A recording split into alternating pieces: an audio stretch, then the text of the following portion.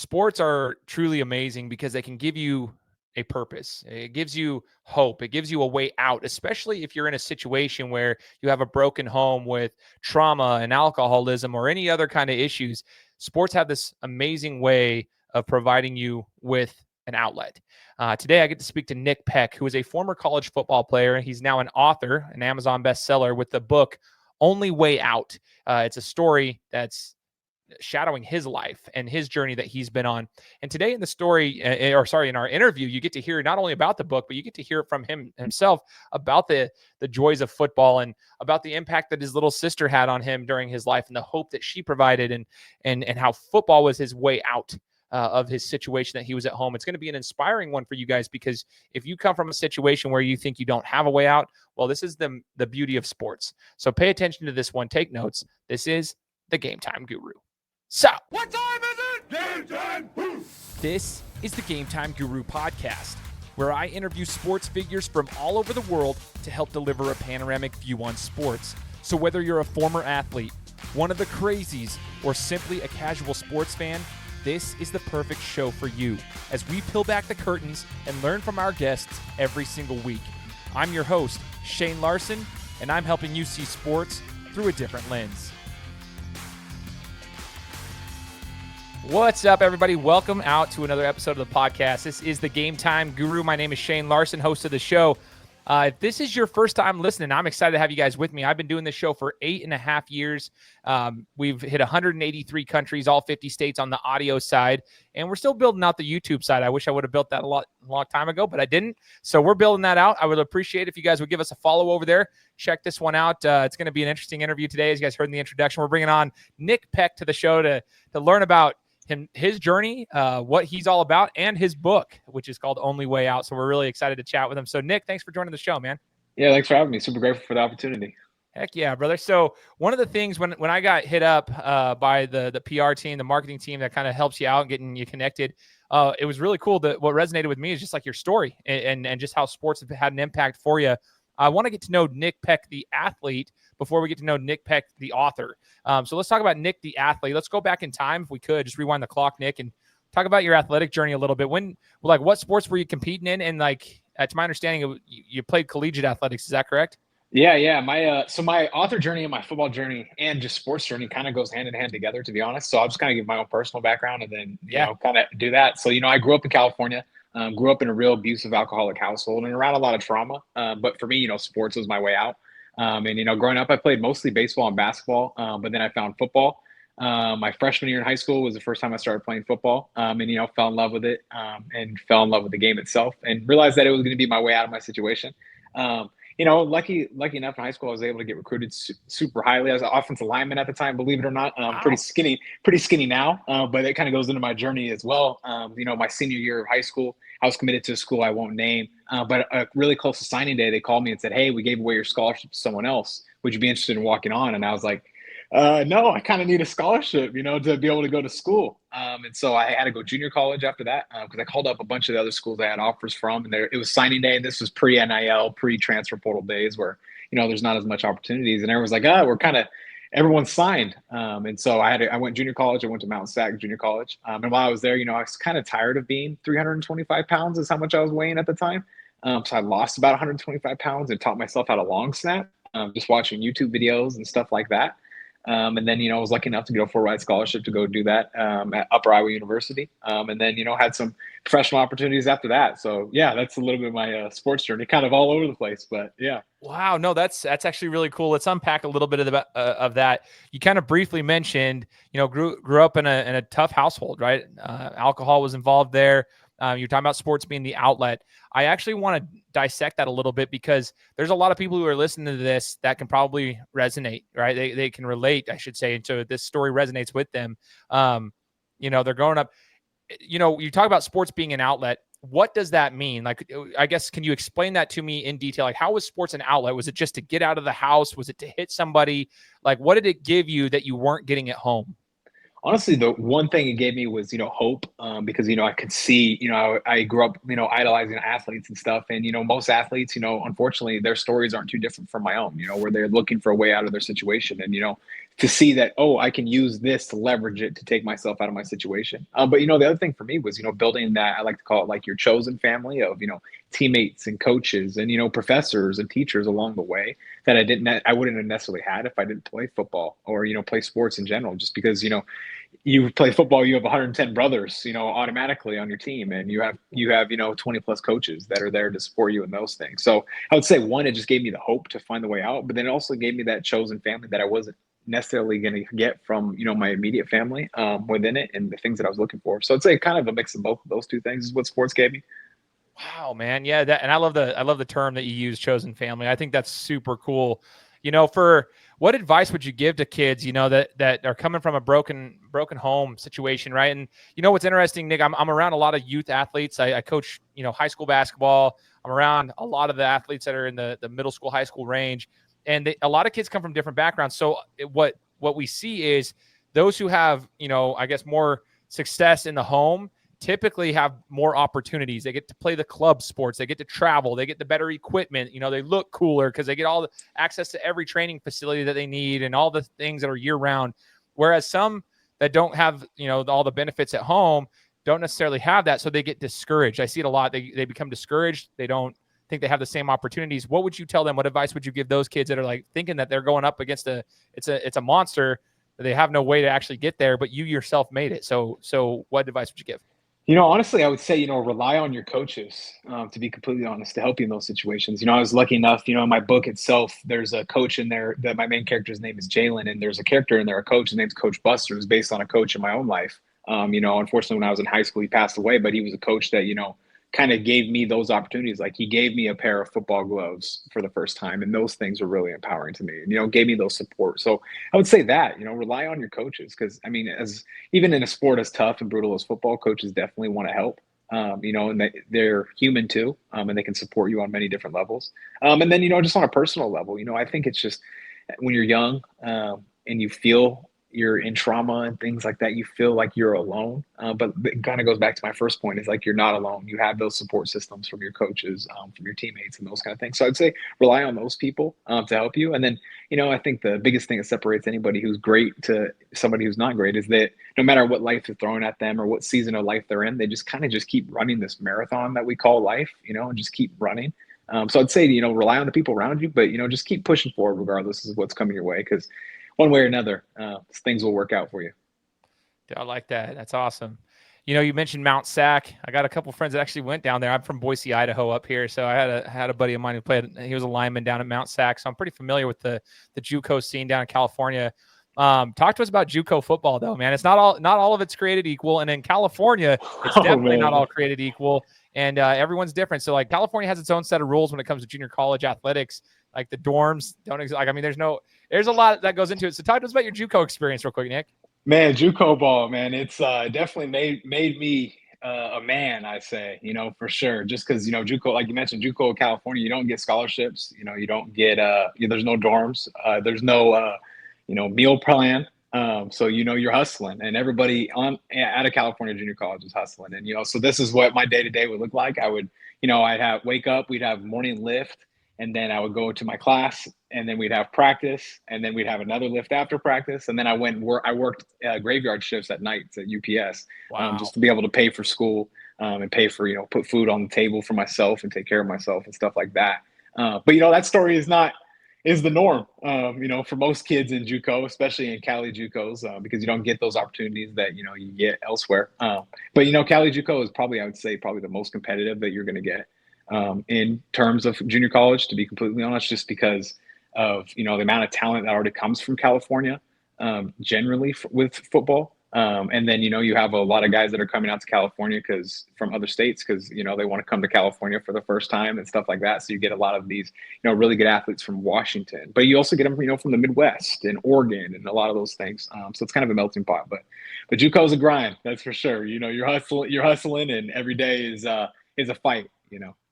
Dude, it's so crazy. We were down in California for a club basketball tournament this last spring. So I'm in there in May, and it's interesting to me. Like, every junior college that we would play at their campus or whatever was so different. Like you have East LA Community College, which in my opinion is a dump. No offense to those people, but like Yeah, I played at ELAC. Yeah, I played against ELAC. Yeah. ELAC just looked like it was, I mean, it's gross to me. I was like, oh. And then I go to El Camino Community College, man.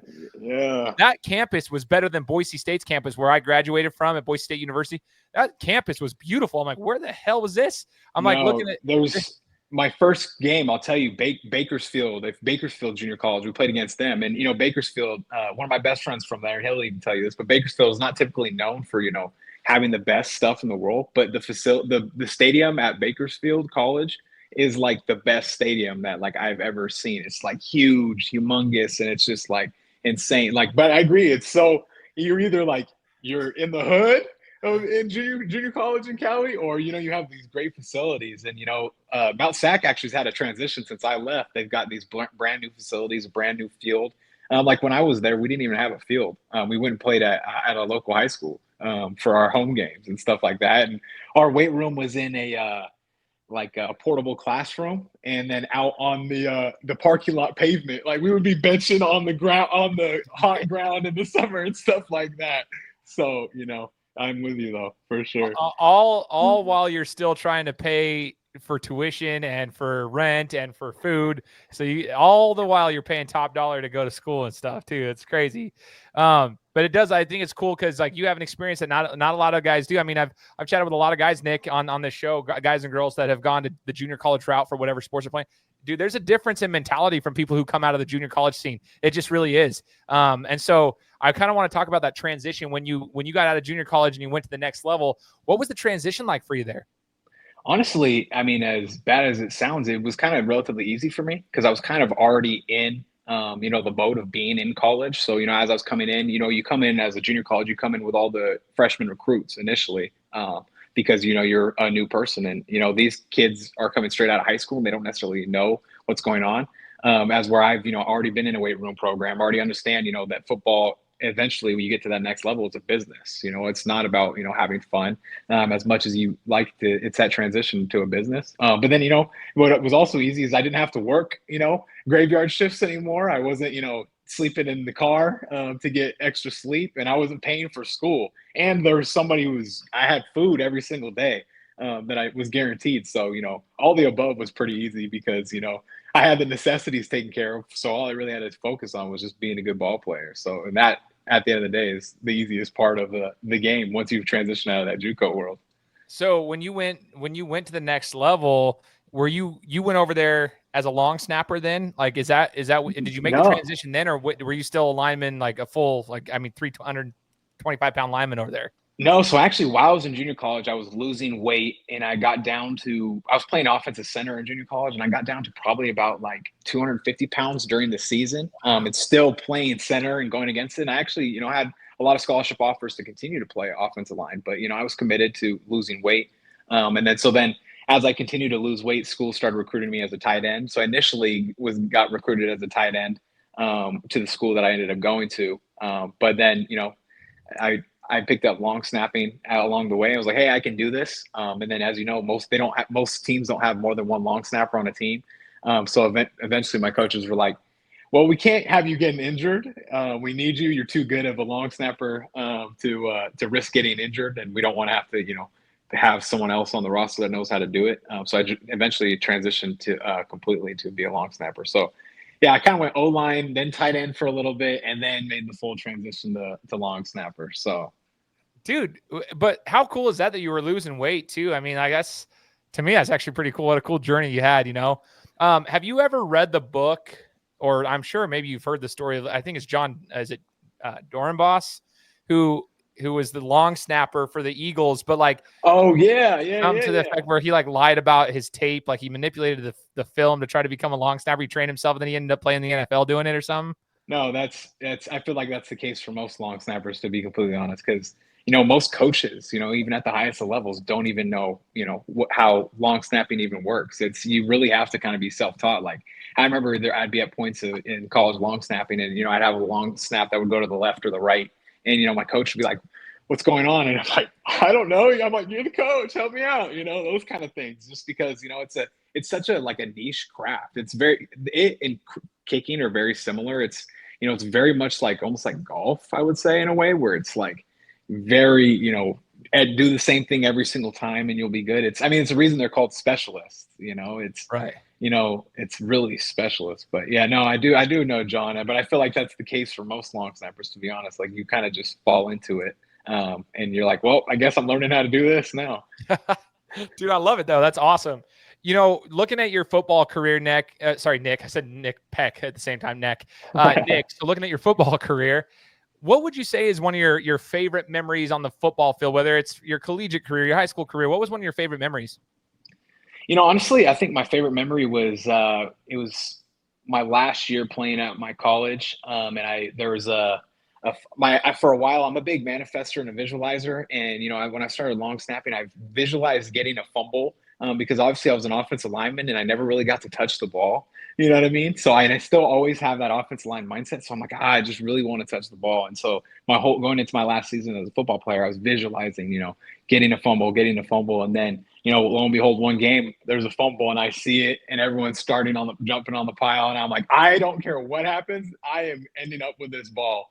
One of my best friends from college, he was a linebacker on our team. His name was RJ, and we kind of were both on the bottom of the pile together. And I'm like, bro, we were both holding on to it. I'm like, bro, you got to give me this ball. You got to let me have the ball. And we're like, literally 20 guys on top of us on the bottom of the pile, and he's like, all right, fine, you can have the ball. And then coming up with it and getting to celebrate getting the fumble and stuff like that. So I'd say that's probably my favorite memory, for sure, just because I got to celebrate it with my boys, but also got to have that moment with my good friend RJ.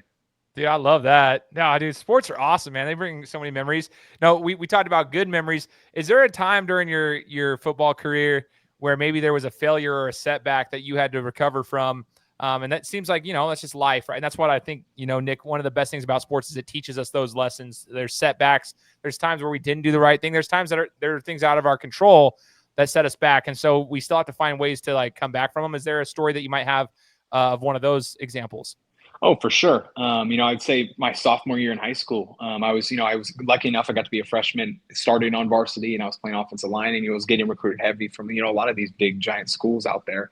And then the second game of the year, funny enough, I was as an offensive lineman jumping on another fumble, and I jumped down and popped my shoulder completely out of the socket and just ripped my rotator cuff, and I had to deal with the injury of it. And, instead of electing to get the surgery initially, I decided to just tape it up and play through the season.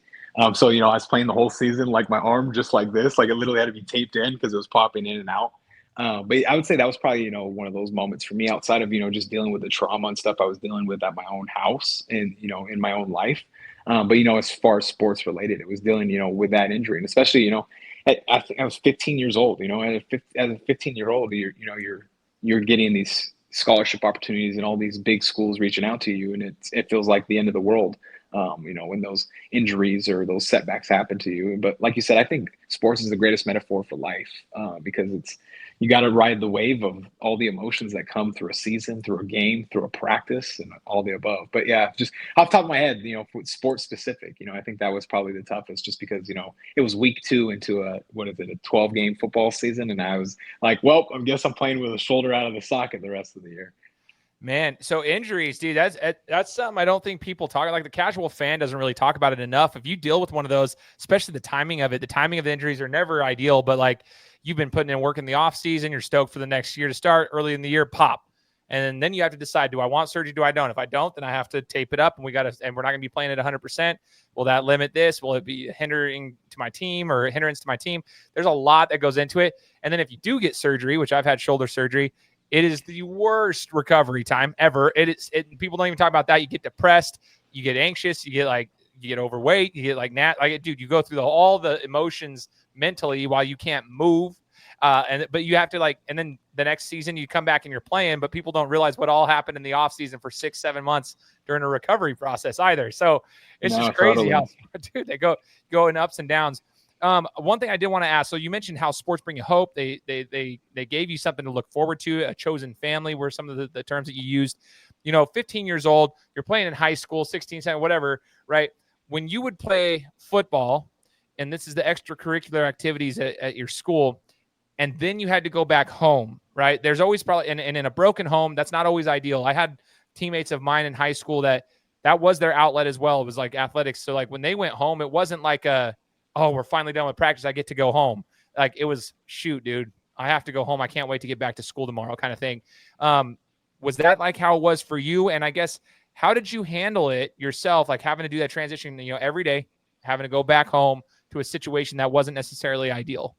Yeah, for me, I was lucky. I mean, I feel really blessed, to have grown up with a little sister that I was kind of, took upon myself, to, kind of take care of her and, make her my best friend, because I knew that we were going to be going through this life together, and dealing with all the things, that, I was dealing with. So, luckily for me, when I went home, I had a little sister, and we really relied heavily on each other, going through the stuff that we went through of, dealing with everything that we dealt with, but just supporting each other, and whether it was just hanging out watching TV together at home and those kind of things, take your mind off of everything, that you're kind of dealing with. And my favorite thing is too, like, I have a tattoo on me and my sister's handwriting, and she has mine, and it says all of it. And then my book, also the first page, it says dedicated to all of it. And that's just one of those things. Me and my little sister, when we were growing up, and if stuff was going wrong for us, we'd look at each other and be like, "Oh, what's wrong?" And we'd just be like, all of it, man, just all of it, and so it's, that just kind of speaks to the kind of bond that we were able to build. And I, as much as we both necessarily didn't enjoy being at home or dealing with the trauma that we were dealing with outside of home too, we felt lucky to have the relationship that we had, because if I didn't have her, I don't know if I would have made it out. So I felt really lucky to have her. Yeah, shout out to your little sister, dude. That's awesome, man. The bond. That's super cool. So my thought here, just to echo on that, like if someone's listening to this and you're going through a situation like that, find what if you have a little sister or a sibling or something, yeah, but find what that means to you guys and latch onto that to give you kind of a purpose outside of the extracurriculars and the school and stuff, so that you have something to go through, somebody to go through it with, or a purpose to get through it. Because it's hard. It's hard when you're younger. You're in your developmental years and you're trying to deal with all of the trauma, and that's difficult. Nick, as you got out of football and the transition into the regular life happened, we talk about that a lot with athletes. It's a tough transition when sports are finally over, right? And it's just because, real life starts. That happens with anybody who's like in school or anything. Like, real life begins, and all of a sudden it's like, okay, what do I do now? What was the transition like for you, Nick, when you got done with, when the playing days were over, it was time to start? What was it like? Luckily for me, I knew exactly what I wanted to do my whole life, actually. And as much as I appreciated football and the opportunities it gave me, football for me was just, was my way out of my situation, and my true passion is, kind of what I'm doing now. So my day-to-day job, I'm a senior financial journalist, is what I cover, and so journalism is something I always knew I wanted to do. And so I jumped straight into that. But kind of like you spoke to, like, even though I love it, enjoy journalism, it still, was a job. And so I was kind of looking for my purpose and those kind of things, and that kind of leads to the book itself. Is, I was kind of looking for my next purpose, the next goal, next, thing to chase after, because obviously I'm an athlete, so it's like we always need something to be chasing or going after. And that's kind of what made me start writing my book in the first place, because I grew up idolizing the Anthony Bourdains and the James Baldwins, and these big writers and speakers of the world, on top of athletes as well. And so I was like, I think I'm going to try to write a book myself. And that kind of helped that transition for me. Was, as soon as I started writing, I'm like, okay, this feels like what I was kind of meant to do. It was one of those things that just kind of clicked for me, and was those things. So that definitely eased my transition. But I still deal with it daily, that transition of trying to be competitive. And that competitive nature is honestly the thing that I miss the most, or even just the brotherhood aspect of, always having guys around to just, talk and, shoot the shit with, and be able to talk. So it's, I miss those things, but I definitely, writing and, writing my book really helped that smooth that transition for me. So, yeah. No, that's cool, man. And what I dig is that you have that passion, you have your full-time work, and I'm sure that provides a little bit of purpose and stuff. It provides a livelihood for you and stuff, but you have your dream and your drive. That's kind of how it is for me, man. Like, I'm in the marketing space. I'm the director of marketing at the company I currently work for. And that's my full-time gig, right? But I love doing my show. I went to school for journalism myself. That's kind of what my passion was. I decided to start the show 8.5 years ago, and kind of like connect with people like yourself and be able to share stories on a platform like this and learn that stuff. So it kind of gives me a little bit more of a drive to like continue to grow this and do the thing. So I respect that a ton, man. No, dude, and I think what's really important about that too is, I think we always have to be one trick ponies too, like as humans. Like we think, oh, I can only put myself in this one bucket. But I think what's really helped me with my transition too is it's like I'm not just an athlete. It's like I'm a journalist, but I'm also an author, but I'm also, I love doing yoga, so I'm also a yogi, I'm also these kind of things. And I think that's really helped my transition as well. Instead of just identifying as just Nick Peck, the football player, it's like I'm Nick Peck, and there's so many different layers to me. And I think that kind of helps you take care of your your mental health, and helps you live a more fulfilled life. To be honest. I agree with that. I love that. It's super cool, man. So as someone like myself, I used to work for a company called ClickFunnels, and I worked for a guy named Russell Brunson, and who's an awesome marketer, phenomenal dude who's well connected in the business space. But what I got to do, Nick, was I was able to connect with like business owners and people who were authors and stuff, and help them build websites and stuff for their books that they would write, and like how they could use a funnel for their book promotion and stuff.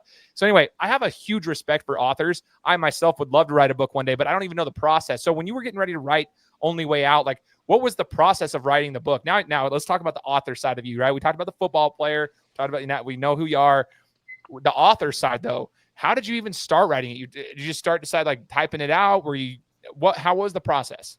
Yeah, I mean, like typical athlete, but one of my favorite, quotes ever is, you miss 100% of the shots you don't take. And so for me, I was like, well, I just kind of made the decision that I'm going to write a book. And, growing up being an athlete too, as much as it influences my life, as I transition to the corporate world, I wake up early every single morning. And so as I decided to write the book, I just kind of added it as a part of my routine instead of, waking up at 5 a.m. like I typically would for start my workouts and stuff. I woke up an hour earlier, and just started writing, set it the goal of writing. Let's write 10 pages a day from 4 a.m. to 5 a.m. And I'm a big meditator as well. And I wake up, get my meditation in, but it's early morning, very quiet. You're kind of in this natural flow state of writing, anyways.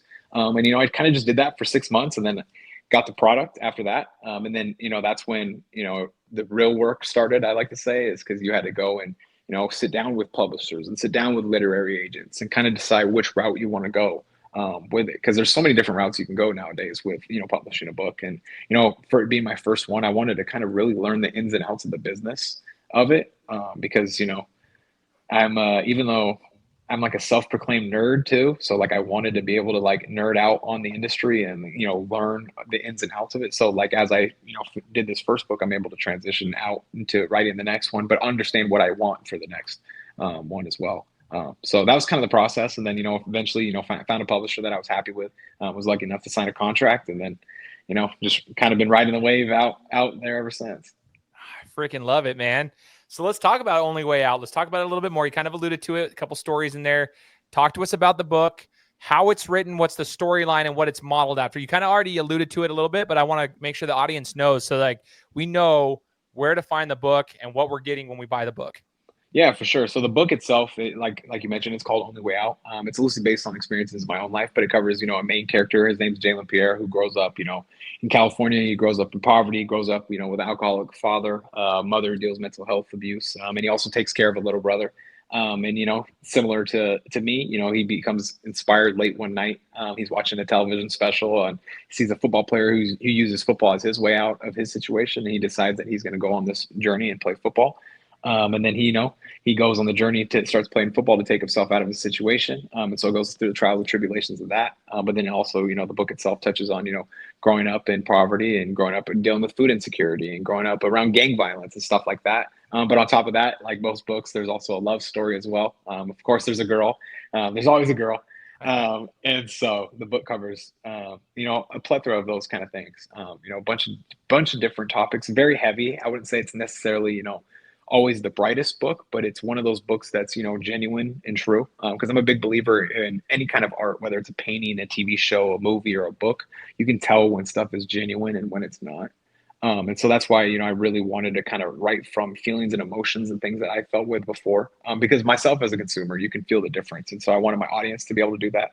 And I also wrote it in third person as well, instead of first person, because I wanted my audience to be able to put themselves in the shoes of Jalen, whether, they're male, female, gay, straight. It doesn't matter what religion you are, what race you are. You can put yourselves in the shoes of Jalen and, deal with the things that he dealt with, and the feelings that he dealt with. And so I kind of did that specifically for this first book as well. But yeah, that's the kind of overview of the book itself.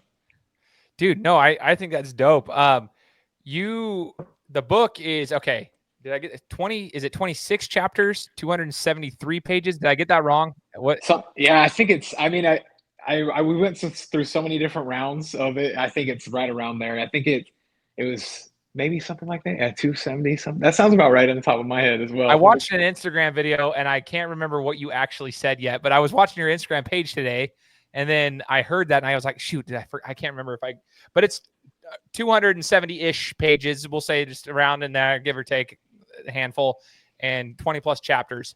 But I want to know where do we find it, Nick? I want to read this book. I want to talk about it. I want to hear more about your story through the lens of the book itself. So where do we find it? Yeah, the book's available everywhere. Amazon, Barnes & Noble, Google Books, pretty much anywhere you can find a book. I recently just became an Amazon bestseller with it, so that's been really cool. And then, also have an author website, nickpeckauthor.com. And then you mentioned my Instagram. Also, at nickpeckauthor. I try to keep it real simple, and luckily I got a pretty easy name that most people can remember pretty easily. But yeah, pretty much can find it anywhere you can find a book. And yeah, I've seen a lot of success with it. It's been a crazy opportunity. No, that's super cool. So I'm going to put the link here in the description. You guys have probably already seen it if you're listening to the podcast, watching it on YouTube, listening to it on your the audio side with Apple Podcast, Spotify.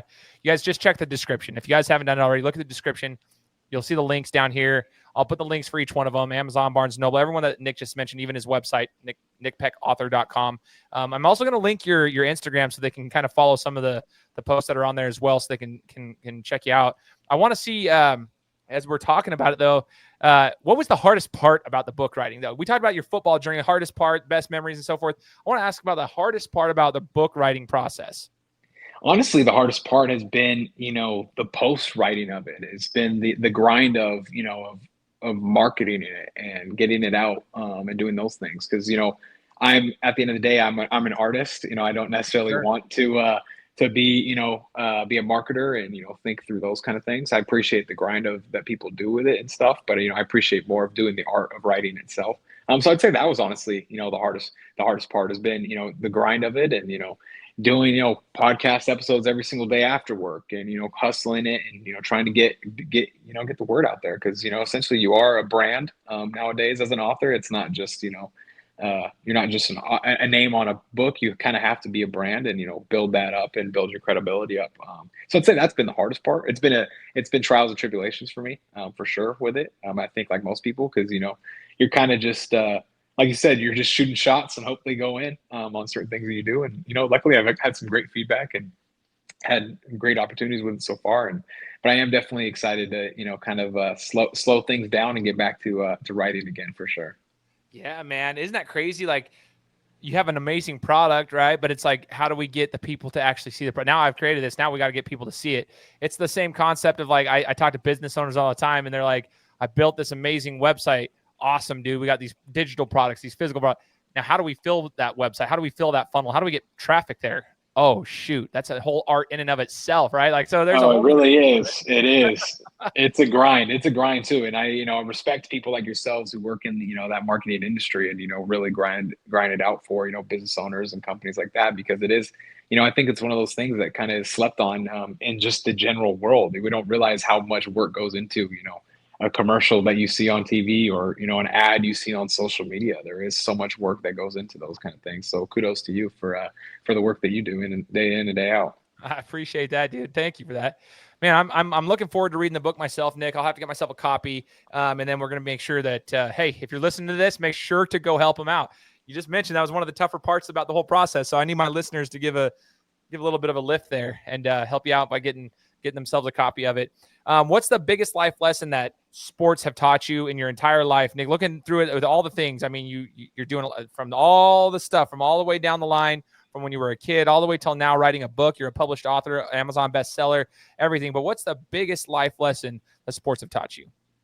Just don't quit. No matter what life is throwing at you, no matter what season of life you're in, you just kind of have to keep running this race we call life, and eventually things will work out from you one way or the other. And at times you're going to want to quit and stuff is going to get hard, but life's all about peaks and valleys. You just kind of have to keep climbing climbing those mountains and running that race. And, just don't quit. That's what separates anybody who's great, from the Kobe Bryants, the Michael Jordans, to LeBron James of the world, to, of the journalists of the world and the chefs of the world. Everyone just doesn't quit on their journey, and they just keep, running that race, especially when you find something that you truly believe and want to do. So, I'd say just don't quit and keep running that race, but, also be grateful for the journey you're on is the other thing I will add too. I think a lot of people forget that, it's not always the end goal. It's sometimes just appreciating the journey that you're on and being grateful for it as well.